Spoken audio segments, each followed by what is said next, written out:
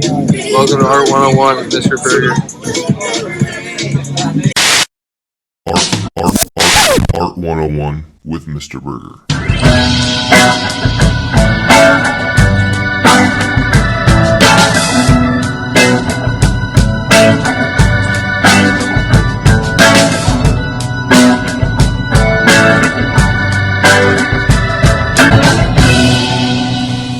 Well, hello again, friends, and welcome back to another episode of Art 101 with me, Mr. Burgher, a professional artist and master educator, attempting to bring you the best in art historical content. If you like this one, please give it some sort of interaction. It goes a long way.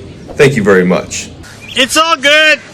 You know, friends, being out here, walking on the beaches of the Dominican, makes me think about the local artists, the people that have been here before, and the local artists. And there's an artist by the name of Paul Giudicelli that, is a Dominican artist. And so today, what I'd like to do is talk a little bit about him, his work, and the abstraction that he brought to the island of the Dominican Republic. As stated, Paul Giudicelli was an abstract painter from the Dominican Republic. He was born in the Dominican in 1921 and would spend some of those beginning years here, but would also spend some of his youth growing up in Europe. His parents had immigrated into the country from France, specifically an island known as Corsica. In the 1930s, he would move back home to the Dominican, living primarily in Santo Domingo.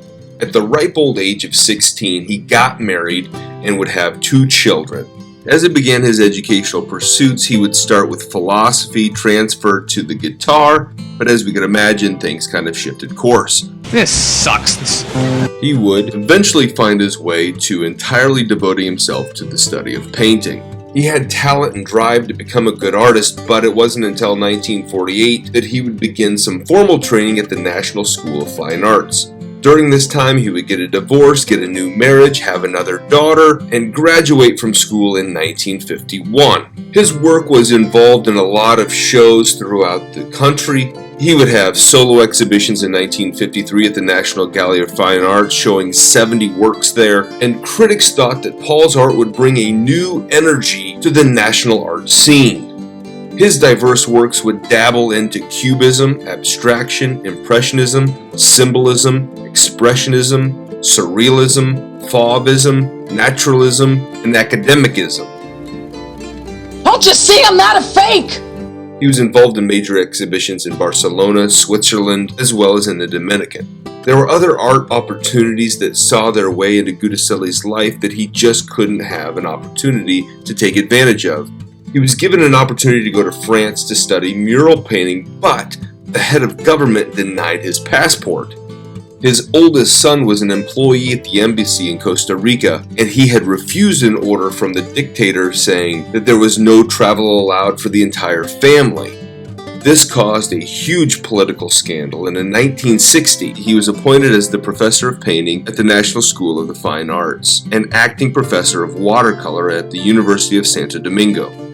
As a result, he would lose his position, but 1 year later, in 1961, after the dictator's death, he was reinstated. He had a very versatile career creating these great works, and at the relatively young age of 43-44, he would pass away in East Santo Domingo of cancer.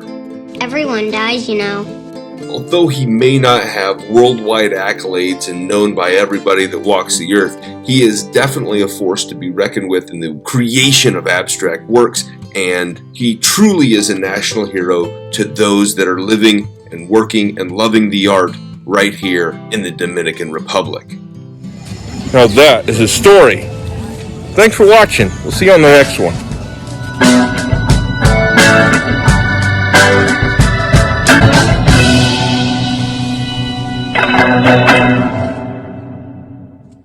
I can go slow ahead. Come on down and chum some of this shit.